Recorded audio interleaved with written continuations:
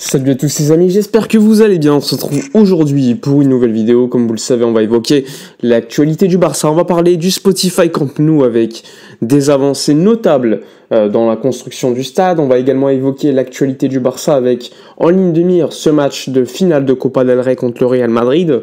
Et de manière plus générale, savoir quel joueur sera dispo lors des prochaines semaines, quels joueurs seront absents, notamment en Ligue des Champions. Donc on revient sur toutes ces informations. Mais juste avant, petit instant promotion, profitez de mon partenaire Maillot pour acquérir des maillots répliques de bonne qualité, des maillots vintage, des casquettes, des écharpes, des survêtements, un petit peu de tout. De toute façon, je vous mets tous les détails dans la description de cette vidéo. Vous pouvez même avoir des maillots gratuits, donc profitez-en. Des maillots répliques de bonne qualité, tous les détails en description. C'est parti pour la vidéo de la journée. Alors je vous l'ai dit, on va d'abord évoquer l'avancée notable des travaux au Spotify Camp Nou. Alors vous l'avez probablement vu, le Barça a officialisé et publié déjà quelques vidéos de la pose de la pelouse au Spotify Camp Nou. Alors on m'a posé énormément de questions. Je vous l'avais sorti lors de vidéos précédentes que le Barça allait poser la pelouse à ce moment-là. L'objectif étant qu'au niveau médiatique, le Barça montre qu'il y a des avancées notables en termes de construction. Il faut savoir que les 2 premiers étages du stade ont été quasiment terminés. Ils ne sont pas terminés, mais ils le sont quasiment. L'objectif étant, lors des prochaines semaines, d'avancer sur la structure de l'étage numéro 3 et surtout commencer à poser donc les deux étages intermédiaires qui seront les loges VIP avant de commencer le 3e étage. Donc comme vous le savez, le Barça veut revenir avant le mois de septembre. L'objectif étant, avec l'IMAC, d'arriver au mois d'août avec la fin du stade, la fin de la construction de la première partie, parce que le club veut d'abord ouvrir à 60 000 personnes. Normalement, ça devrait être le cas. L'objectif, c'est de revenir en août avec l'IMAC, sachant qu'il faut à peu près une certaine durée pour avoir des licences, l'accord des pompiers, de la police, etc. L'objectif étant d'être au stade pour jouer avant le premier match de Ligue des Champions à la mi-septembre. Donc ça, c'est l'objectif clair du Barça. Normalement, ça ne devrait pas être problématique. L'avancée des travaux a été importante. La pelouse est quasiment terminée. Il faut à peu près 2 mois, je crois, pour que la pelouse puisse être efficace, c'est-à-dire qu'on puisse jouer sans problème avec une bonne pelouse. Il faut savoir également que le Barça veut terminer avant le début des matchs les parkings. Il faut savoir que le parking, en ce moment, il y a la première partie qui est terminée, la seconde est en cours. Normalement, ça ne devrait pas poser de problème.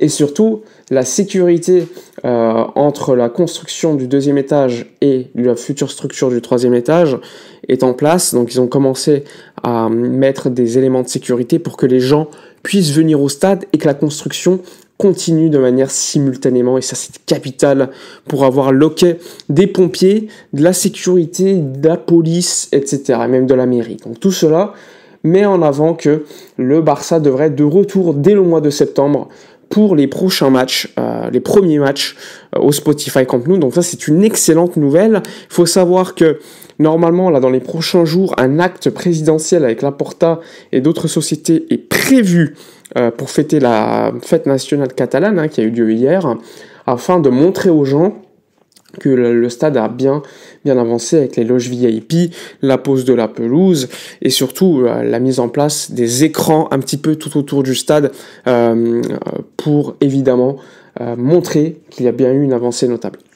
Sinon, alors, concernant, on va dire maintenant, je vous l'avais dit, on va parler des prochains matchs, notamment le prochain match Classico, finale de Copa del Rey. Le Barça joue un Real Madrid qui a gagné difficilement hier contre Getafe, et franchement, c'était limite. Le Real Madrid a fait tourner comme le Barça avait fait tourner contre Majorque. Le Real Madrid ne gagne plus de matchs avec 2 buts d'écart depuis le mois de février en Liga contre Gérone.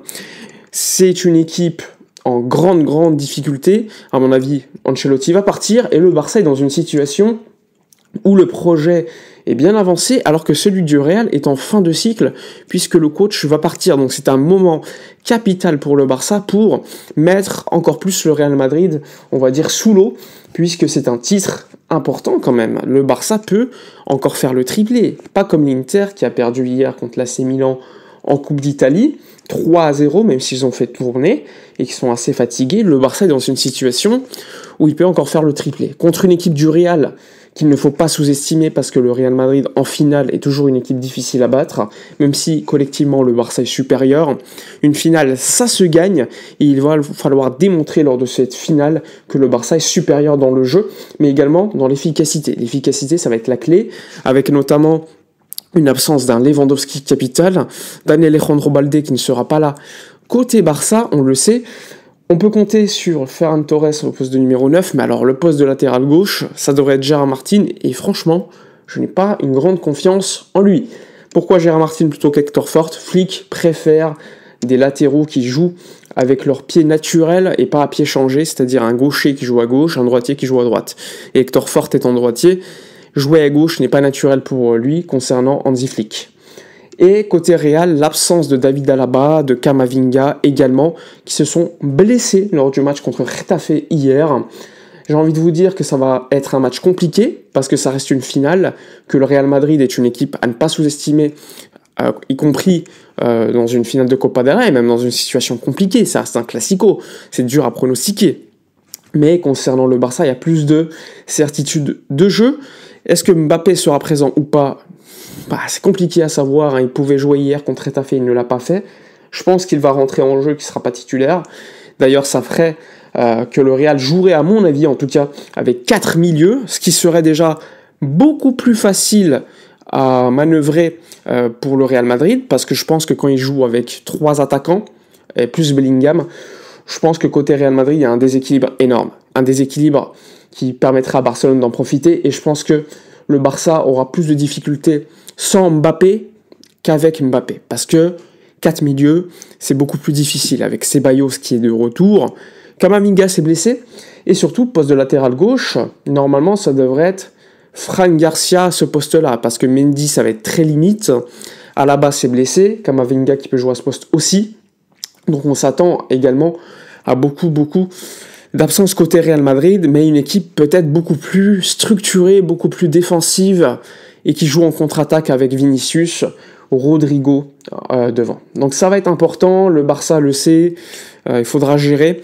Je pense que le Barça collectivement est supérieur, mais ça sera une équipe du Real Madrid qui, à mon avis, défendra de manière beaucoup plus intéressante que lors des classicos précédents. Aussi, l'Inter, je vous l'ai dit, a perdu contre l'AC Milan hier, avec quelques rotations. Fatigué, selon les médias italiens. Il faut savoir que l'Inter joue dimanche, et qu'ensuite, 3 jours après, il y a le match contre le Barça. Un Barça qui n'aura pas, normalement, Alejandro Balde, ça va être très limite pour qu'il joue contre l'Inter le match aller. Mais à voir, normalement, il doit être sur le banc, et Lewandowski est attendu pour le match retour. Là aussi, il faudra être très efficace contre cet Inter, qui est capable de te tuer sur chaque transition, qui a des joueurs évidemment de renom, Bastoni, Lautaro, Barella et d'autres joueurs. Voilà pour la vidéo de la journée, n'hésitez pas à donner votre avis dans les commentaires, à liker, commenter, partager. Moi je vous dis à la prochaine, et d'ici là, comme d'habitude, portez-vous bien.